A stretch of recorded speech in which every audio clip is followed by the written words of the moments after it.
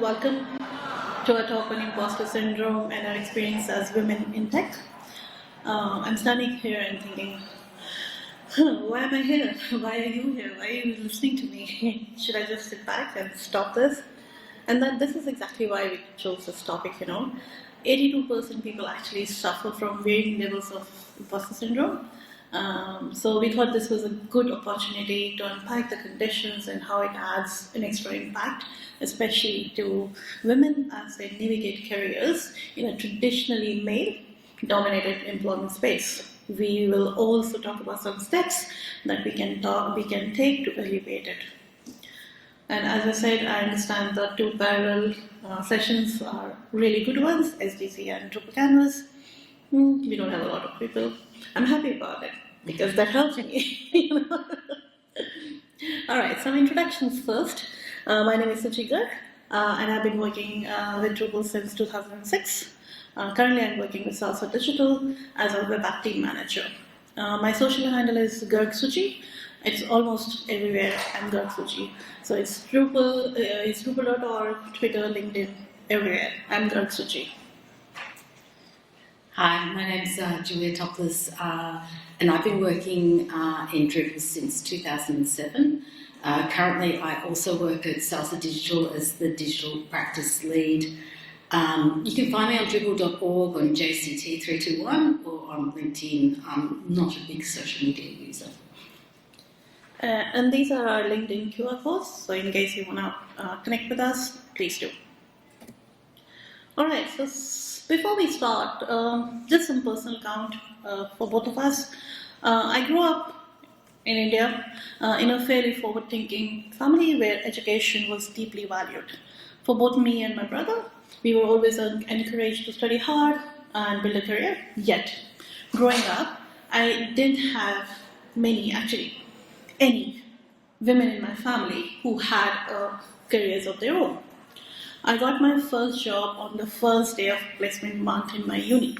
So for those who don't know, placement is basically when organizations come to colleges or universities before the course ends, and then they pick people beforehand. So that's a big thing in India. So when I was doing my master's, the placement month, the first day, I was the only one selected out of more than 400 people who applied. But when I got selected, what my first thoughts were? Well, one of the interviewers was a graduate in computer science and then a master's in business management. And I had the same thing. So maybe it clicked, and that's why he selected me. I just kept on thinking this was the reason, or maybe I was just lucky. I never ever thought that maybe I must have done well in my interview, because that's how things work. I got married even before I started my career. So immediately after my education, my last exam was on 30th of April, my marriage was on 9th of May. Yeah, that was quick. And certainly things were not any easier. My husband's family was super orthodox. And the idea of a working daughter-in-law was absolutely unheard of. Even today, after so many years, in my in-laws' family, if you look at the extended family, I'm probably the only working female. Still, I began my career soon after my wedding. Slowly and steadily, I started making progress, and I discovered that I was good at it. I was good at what I did, and that made me very happy, but it also made me uneasy. It often felt like whatever I was building could slip through my fingers very easily, like sand. I continuously asked myself, do I really deserve this? Is this success my capability or just luck? That was more than 28 years ago. Yep, I'm old. And honestly, the feeling never completely went away. It is always around me, whispering. I've had fantastic mentors along the way, mostly men. But I also faced episodes of sexism from bosses and colleagues. One of my executives in my first job actually, said to my face and asked me I need to remind myself of my place in the organization. Women in tech often face constant questioning of their skills. as though we must prove our competence at every turn. Over the years, I worn many hats. I started with management consultancy. I moved into a technical role, taught myself coding, learned to Drupal without a book, without any course, worked as a developer, manager, trainer, mentor, and everything in between. Each phase it did bring pride, a lot of pride, but also that quiet whisper of doubt. And I have since learned that that whisper has a name, and that name is imposter syndrome. And that's what we want to talk about today, that whisper. Because learning to live with it and not let it define me has been one of the most empowering parts of my journey. Julia. So, like Suchi, I grew up in a forward-thinking family where education was highly valued. Both of my parents were academics, and my father's career often took priority. This meant that we moved wherever the next university position was, and by the time I finished high school, I'd attended 13 different schools. I have a mild form of dyslexia. You'll pick it these days when I get stressed. Learning and retention has always been really difficult for me. I was lucky enough to just scrape through and get my high school certificate. In a family of intellectuals, I was the nice kid who was not very bright. Everything I did never quite measured up to a family of high achievers. My mum and dad broke up when I was 15, and with no other support structures, I learned very early that I was on my own. I know there are people here today who have had similar experiences of realising that there is no backup, you have no buffer, and failure is not an option. In my final weeks of art school, the department technician approached me and asked me if I wanted to manage the art school website. I had never seen a website. I didn't even know what it was.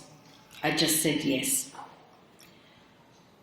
I went out and I bought a book on HTML 2.0, and that kicked off my career and my own business.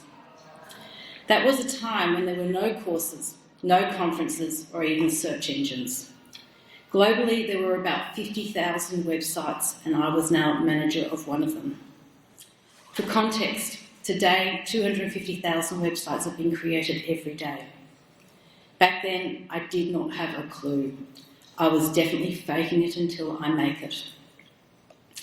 Saying yes to that technician has resulted in a 30-year career. It is one where I immediately gravitated to being a business owner, avoiding competing in the open market against others and flying solo, filling all of the roles I could, being the maker, the marketer, the seller, and the manager, often all in the same day. But when you do everything yourself, it's easy to start questioning everything you do. No team reassuring you that you're on the right track. No boss giving you feedback, just that little voice in your head. And I know I'm not the only one who's heard that inner voice, the one that quietly says, you're not really that good. And that's imposter syndrome. A couple of years ago, I applied for a new job and I looked at the position description. It was 3 pages long, single-spaced, 10-point font. I couldn't see myself in half of it. It actually took my partner, Jim, sitting quietly next to me, going line by line, saying, yes, you've done that, and that one too. He was the one who encouraged me to apply. That tendency to discount, diminish our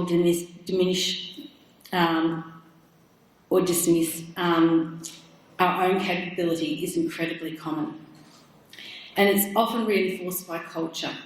So in Australia, we don't like people who have tickets for themselves. The concept of the tall poppy syndrome runs deep. And for women, being confident or opinionated can sometimes land badly in leadership teams. So we learn to shrink a little, to play it safe, even when we've earned the right to take up the space.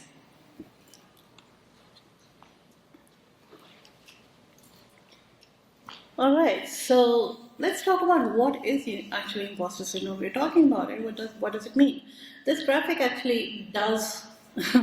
It's very true because this is what I always feel, that people around me know everything. So have you ever felt that everyone else around you knows exactly what they're doing while you have no clue? Do you honestly believe that your success is about luck, or your failings all come down to you? Do you wonder when the fraud police will kick down the door and drag you from your desk? Have you? I would like to have a show of hands if you've ever gone through this cycle. You're presented with a new project or a task. This is followed by then experiencing feelings of anxiety, procrastination, and over preparing. You work on the project slash task, and then you complete it. And then, for a very brief instance, you have a feeling of relief and a sense of accomplishment, but very brief. Very brief. Why? Because now you start rationalizing success in negative ways. Oh, for instance, I was lucky. This was a fluke. That person did all the work, I did not. And I tricked people into thinking I can accomplish this. And what happens then? This ultimately leads to an increase in self-doubt, anxiety, and feeling like a fraud. So please, a show of hands, have you felt like that? Anybody? Oh, almost everybody except for a few. And hello everybody, welcome to the Imposters Club. The good and the bad thing about bad news is this isn't a very exclusive club. In fact, almost all of us will be a member and have been a member of this club at some stage of their lives. So this is the official definition of imposter syndrome. I'll not read it through, but basically it's a psychological experience characterized by persistent self-doubt and the inability to believe that one's success is deserved. I deserve it. We don't believe that. This is also called fraud syndrome. It's also called imposterism. It's also called perceived fraudulence, and can make high-achieving individuals feel like frauds, despite evidence of their competence. And what are the characteristics? The characteristics are self-doubt, attributing success to luck, feeling like an imposter, and this happens even to high achievers. And as I said, this is not a very exclusive club. Some of very high achieving people, to give you an example, Maya Angelou, Einstein, they have felt that. They have felt like an imposter syndrome. And if you look around, like, we don't have a lot of people here, but 90% of you said yes, we feel like that. So if you look around you, you'll see and feel a lot of people who are going through this or who have gone through this, etc., etc. So this is a testimony of how prevalent imposter syndrome is. Some historical origin of how the name was coined. So it was coined by Dr. Pauline Clance and Dr. Suzanne Imes, the term imposter syndrome. So according to Dr. Clance's website, she has struggled with it as a graduate student, but thought that these worries were unique to her. It wasn't until she began teaching in a very esteemed liberal arts college when students came to her with the same feelings of inadequacy and anxiety. And that's when she and Dr. Imes actually came up with the term imposter syndrome. Both were clinical psychologists, and both of them noticed that many of their highly successful clients, primarily women, did not feel worthy of their achievements. These clients were undergraduates, medical students, and even PhD faculty at universities across the country. Over 150 women they worked with over a period of 5 years expressed a sense of being a cheat, a fraud. They worried that they had been admitted to the graduate program by mistake, they had been made the faculty by mistake, as if that's possible, or had fooled their colleagues into believing that they were competent when they were actually not. Notably, the researchers asserted imposter syndrome is presented more frequently in women than men. So, in her book, The Secret Thoughts of Successful Women, Dr. Valerie Young breaks down sufferers of imposter syndrome into 5 different types. First, we have the perfectionist, someone who sets impossibly high standards for themselves and others. Even when they succeed, they struggle to feel satisfied. Their constant pursuit of perfection can drain energy and morale because nothing ever feels good enough. Next, the superhero. These are the classic overachievers or workaholics. They take on too much, often refusing to delegate out of fear that others will see their weaknesses. They tie their self-worth to how much they can handle, which often leads to burnout. Then there's the natural genius. The person expects things to come easily. When a task takes real effort, they question their competence. In leadership roles, this can lead to frustration or withdrawal when they can't deliver an instant solution. Then there is the expert, who believes they must know everything before they start. They over-prepare, double-check, and sometimes even do others' works to feel more in control. The moment they don't know something, they feel exposed as a fraud. And finally, the soloist. This one was me when I started my career. Someone who prefers to work alone, avoiding collaboration because they fear being found out, and does not want to be seen as unskilled or lacking in knowledge or capability. This isolation can damage trust and communication within teams. I think most of us can identify with several of these types at different times in our lives. The key point here is that none of these patterns are helpful. Each type comes from the same root cause, self-doubt, and each can undermine teamwork and well-being in different ways. Recognising which type or types we identify with helps us manage those thoughts, share the load, and build a healthier and more confident culture. Okay, so the irony of imposter syndrome. So the irony of imposter syndrome is that it tends to affect the people who are actually the most capable. Those who experience it are often the ones who care deeply about the quality of their work, people who are thoughtful, self-aware, and constantly striving to improve. Their self-doubt comes from a strong sense of responsibility and a genuine desire to do well. Meanwhile, those who are less reflective or even genuinely underperforming rarely experience these feelings. In fact, research shows that people who actually engage in fraudulent or unethical behaviour almost never suffer from imposter syndrome. So feeling like an imposter, take it as a compliment. Those who never feel it often aren't stopping to reflect or are not stretching themselves beyond their comfort zone, and as a result, they cannot really grow.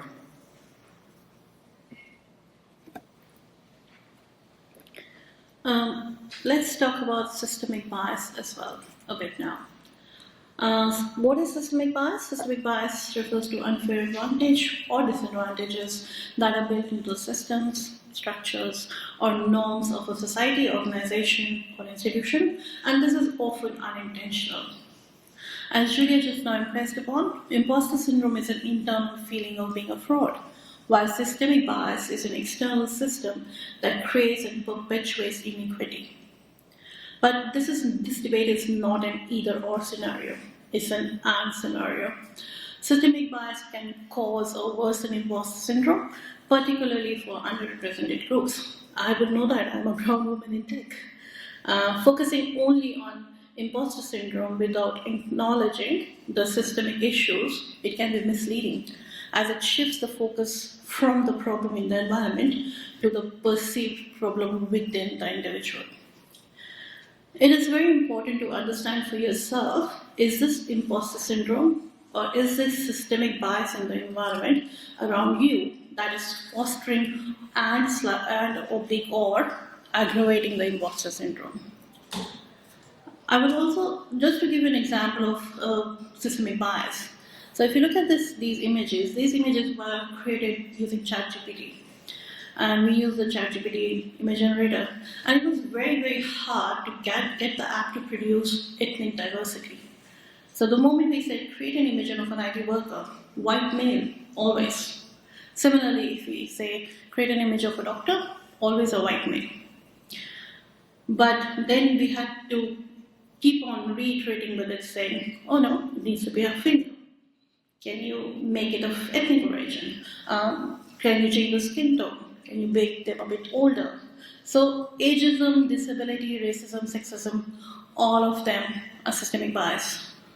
And as I said, as a brown woman in tech, I can clearly see how deep the relationship between the two is, between systemic bias, which is external, and imposter syndrome, which is internal. And that's why here we're talking about specifically about women in tech. For many women, imposter syndrome is fueled by an environment that has not traditionally been designed to support their success. The tech industry, you might think that is a very forward thinking, and that's the reputation that tech industry has. But it still has a long way to go in terms of gender equality. The lack of role models, the gender pay gap, the unconscious bias in hiring, and often an exclusionary work culture all contribute to the feeling of inadequacy. In addition, psychological or social factors, so like stereotypes as who belongs in tech, the whole trope of coder. The moment you say coder, that's what comes in your mind. White male, probably, in their shorts and their t-shirts and in their flip-flops, which we call thongs in Australia, and that's pretty much it. So the stereotypes and isolation because of lack of understanding from peers, the pressure to be perfect. The pressure to be perfect is magnified when we need to overcompensate for the minority status as well. And all of this can make women feel alone with their struggles. The lack of support, the prevalence of bias, the feeling of being an outsider can make women question their own qualifications even when their achievements say otherwise. And it is a fact that women often face compounded scrutiny. And let's not even start talking about AI and the impact it has and the biases it has. We just talked about the image generation bias. That was just a minuscule example.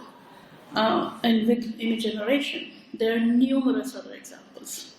Hiring bias, gender bias in social decisions. There is even a hairstyle bias. Did you know that in one of the recent studies, it was revealed that when evaluating images, braids and natural black hairstyles were more likely to receive lower intelligence and professionalism scores by AI. And these biases really, you don't see them in white women's hair, but they exist. And that's what AI and its bias is. So let's look at some data. These are Australian-specific numbers from 2004 through to 2024. The proportion of women in STEM qualified occupations crept up from 11% to 15% during that period. And then it's just stopped from 2021 onwards and just plateaued at 15%. To put that into context, women make up around 50% of non-STEM roles and about 75% of health-related occupations. So while progress has been made, the pace is, figuratively slower than watching grass grow. And that's because this isn't just about getting women into STEM, it's about keeping them there. Retention and progression depend on creating workplaces where women feel safe to contribute, to speak up and to take risks, without fear of being judged more harshly, interrupted more often, or overlooked more easily. Because imposter syndrome doesn't live in a vacuum. It thrives in cultures where people feel like they have to prove their worth twice over, or where mistakes are remembered longer than achievements. If a woman is second-guessing herself in a meeting, it's often not because she lacks confidence, it's because experience has told her that being too bold can backfire. So creating a safe space for women in STEM means moving beyond mentoring programs and recruitment targets. It means changing how we lead. It's about psychological safety, leaders modelling vulnerability, sharing their own missteps and normalising learning through failure. It's about calling out bias when we see it and building teams where curiosity, not perfection, is rewarded. Because when women don't have to waste emotional energy proving they belong, that's when they can focus on what really matters, solving problems, innovating and leading the next step of STEM discovery. So yes, progress has been slow, but if we focus on culture, not just capability, that's how we start to accelerate it. So we often hear that men apply for jobs when they meet 60% of the qualifications, while women wait until they meet 100%. That stat has been used for years as proof that women suffer from imposter syndrome, that we just need to believe in ourselves a bit more. When researchers dug deeper, they found something really surprising. Only about 10% of women said they didn't apply for jobs because they thought they couldn't do the work.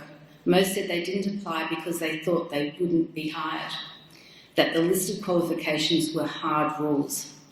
It's not that women doubt their competence, it's that we often misread the system.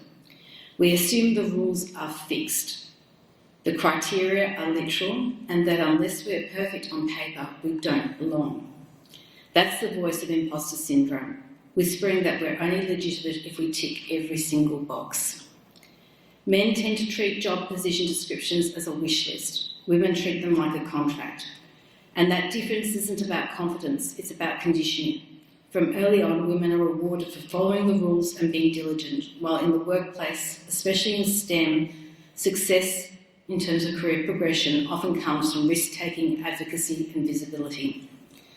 So the takeaway here is that imposter syndrome isn't just personal, it's structural. Women feel like imposters because we've been playing by the rules in a system that rewards those who bend them. Okay, so if we go back to that story, the job I almost didn't apply for.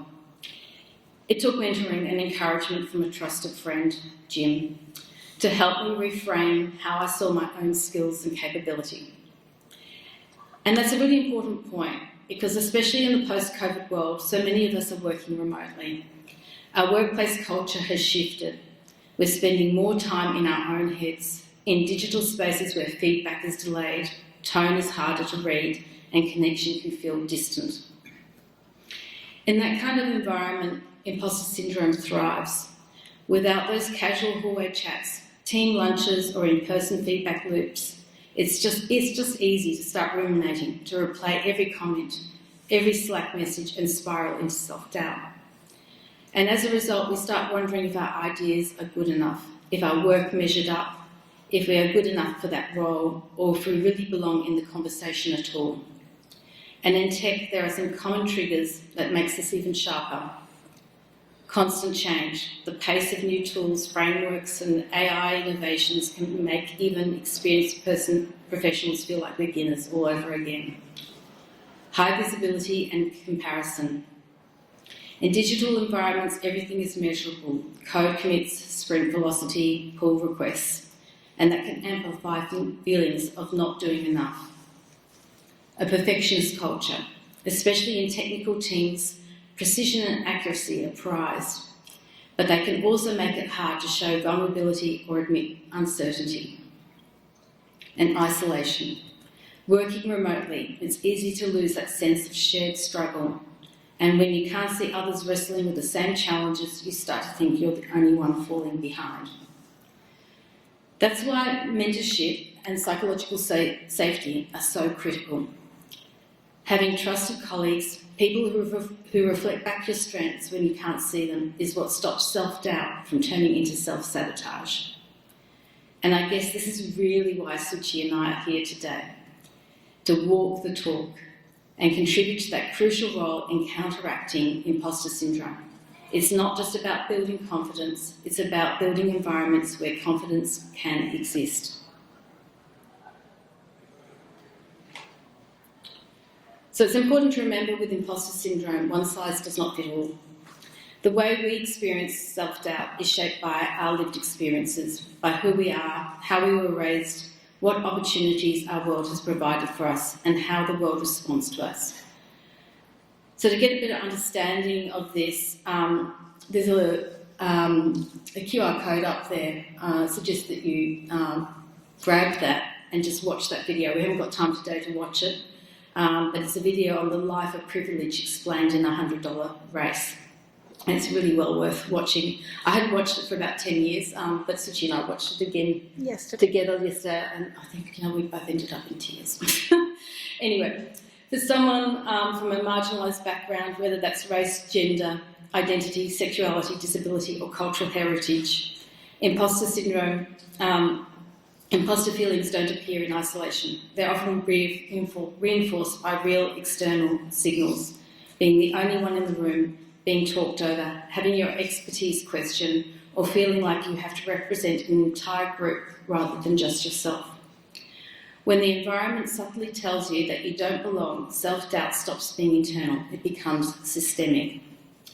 So we can't treat imposter syndrome like a mindset problem to fix. We have to look at it through an intersectional lens, understanding that confidence and belonging show up differently for different people. Creating inclusive workplaces means recognising that we don't all start from the same place. If we want to reduce imposter syndrome, we have to address not just how people feel, but the systems that make them feel that way.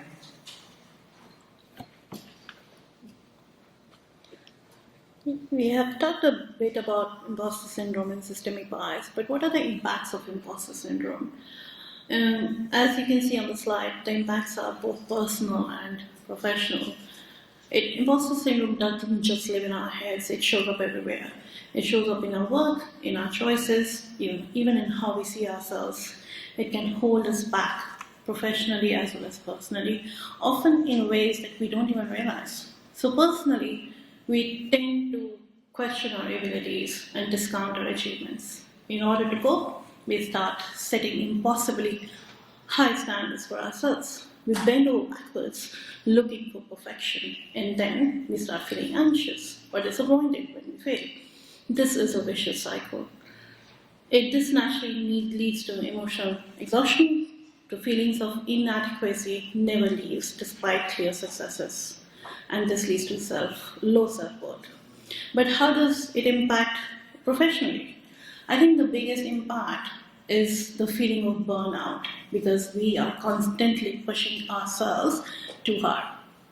This is also followed by hesitating to speak up, to share ideas, or even to take credit.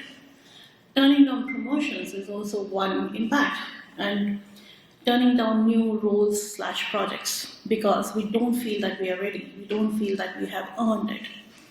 Over-analyzing or delaying actions out of fear of being wrong, and this often leads to reduced team innovation, lower morale, and fewer diverse voices on the table. So we can see that it impacts us professionally, but it also impacts our organizations. So on a personal level, there are a few powerful things that we can do to counteract imposter syndrome. First, acknowledge and celebrate your wins. Take the time to recognise that you've achieved, however big or small. It's easy to rush past success and only focus on what's next, and each win builds evidence of your capability. Celebrating your progress helps quiet that inner critic and reminds you of how far you've come. Embrace failure as a learning opportunity. In tech, failure is inevitable, and often it's the spark for innovation. Every experiment, every bug, every project that didn't land perfectly teaches us something new. The goal isn't perfection, it's progress. Third, build a supportive network. None of us do this alone. Surround yourself with trusted mentors, peers and colleagues who can offer perspective, encouragement and feedback. Seek out what Dr. Valerie Young calls the humble realists amongst us. People with a balanced sense of competence who know their strengths and limitations and view mistakes as part of growth. Fourth, challenge the imposter narrative. When self-doubt creeps in, look for evidence. Keep track of your accomplishments, the successful projects, positive feedback and contributions that matter. Sometimes it's also about curiosity, asking the right questions and testing your assumptions. So, for example, when I first spoke with the person who wrote that impossible position description for my old job, he said to me, that wasn't meant for one person. I wrote it to get leadership to accept a budget for a whole team. It was a light bulb moment, realising I was never set up for success in that role. And then I needed to be kinder to myself and more realistic about what I could achieve. Not just focus on the internal narrative, but also be a judge of external narratives as well. And finally, prioritise self-development and well-being. Stay curious. Keep learning. Attend conferences like this one. Join communities and invest in your own growth. But also know when to step away and recharge. Confidence doesn't come from doing everything. It comes from doing what matters sustainably. Because imposter syndrome loses its power when we create space. Space to celebrate. Space to fail safely. Space to ask questions. And to say, I don't know yet. That's where genuine confidence and genuine inclusion begin to grow.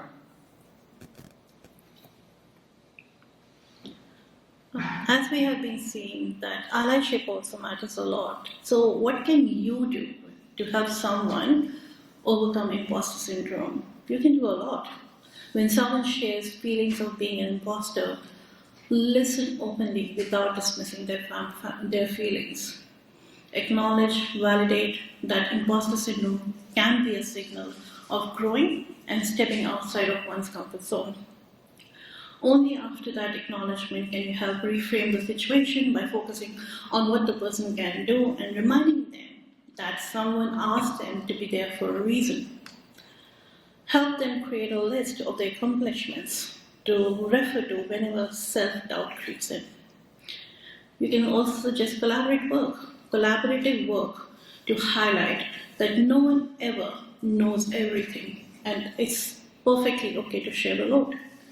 The most important thing here is to create an environment where it's safe to ask questions, where the focus is on learning and growth and not just getting it right. Encourage others to challenge beliefs like, I should always know the answer. No. Never ask for help. No. We should be encouraging others to challenge these beliefs. Okay, so we're coming to the end, Alice, just reassuring you. Last couple of slides. So when we talk about addressing imposter syndrome at work, the real solution is about fixing the woman. It's about fixing the system. That starts with mentorship and sponsorship, not just informal advice, but active advocacy. Women and underrepresented groups need champions who speak their names in rooms they're not in yet. Mentorship helps build confidence, sponsorship helps open doors. Then there's inclusive leadership, creating teams where people can show up and ask themselves as themselves and still be valued.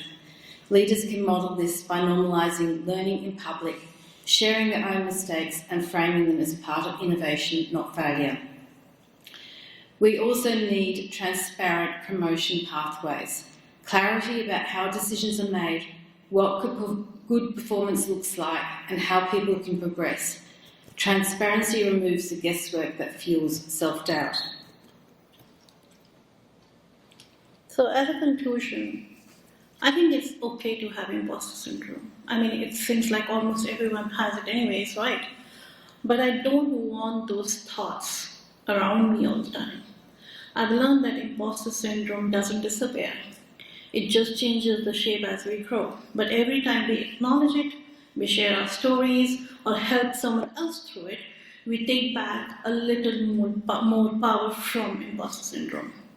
You belong, you're capable, and you're enough, exactly as you are. Imposter syndrome thrives in silence, but the moment we name it, shame it, we start taking away its power. Remember, you'll earn your place and your voice matters, so the next time that inner critic whispers, remind yourself, I'm not here by accident, I deserve it, I work for it, and that's why I'm here. And that's really the heart of it, isn't it? We live in a culture that celebrates achievement, perfection, and constant productivity, especially in tech and STEM. But the truth is, success isn't linear and confidence isn't permanent. Imposter syndrome feeds off this idea that we have to be brilliant all of the time, that competence means never making a mistake. But real success comes from learning in public, asking for help, and being okay with not knowing everything. So yes, I am remarkable at many things, but sometimes I completely miss the mark. And that's okay, Because when I stretch, that's where growth happens. That's where empathy, creativity and innovation come from, being brave enough to not have all the answers. If we can build cultures in STEM in leadership in every workplace where we feel safe to say, I don't know yet, or I need help, then we're just fighting imposter syndrome. We're redefining what success really looks like. And that's it. If you have any quick questions, please feel free. These are our QR codes. Please contact us on LinkedIn and we can share our slides if you want to. Questions? Oh, we were so great. You didn't have any questions. I have a comment. Thank you for your bravery. It was a really wonderful talk. So thank you for sharing, and it's really important for us to learn, and just kind of share our common experience. So thank you for your bravery and talking about this topic. So thank you. Yeah. You had a question? You had a question? No. All good. Okay.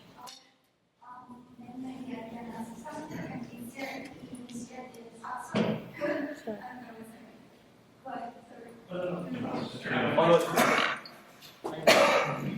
Yeah, so we can hear your question.